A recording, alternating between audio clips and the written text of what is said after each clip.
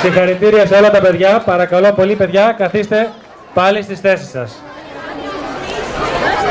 Λοιπόν, πώς σου φάνηκε αυτό? Μπράβο στα παιδιά, έτσι. Μπράβο στα παιδιά, πάρα πολύ ωραία, μπράβο. Να δεις, τώρα που αρχίσαμε έτσι και ζεσταθήκαμε με τους χορούς, υπάρχει και ένας χορός. Για καθίστε, για καθίστε. Είναι ένας ωραίος χορός, αλλά βρε παιδί μου να πάρει ευχή, λαχανιάζεις πολύ όταν χορεύεις.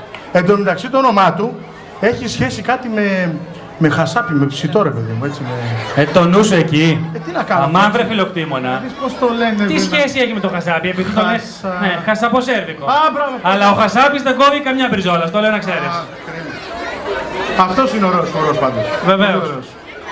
Ποιος θα μας το χορέψει αυτό το χώρο, ξέρεις? Κοίταξε, αυτό το χορό θα μας το χορέψει, θα μας το χορέψουν οι ενορίες Αναλήψεως του Χριστού Βόλου, Αγίων 12 Αποστόλων Αγριάς, Αγίων Θεοδόρων, Αγίου Μοδέστου Μελισσατίκων Αγίου Αθανασίου Βελεστίνου και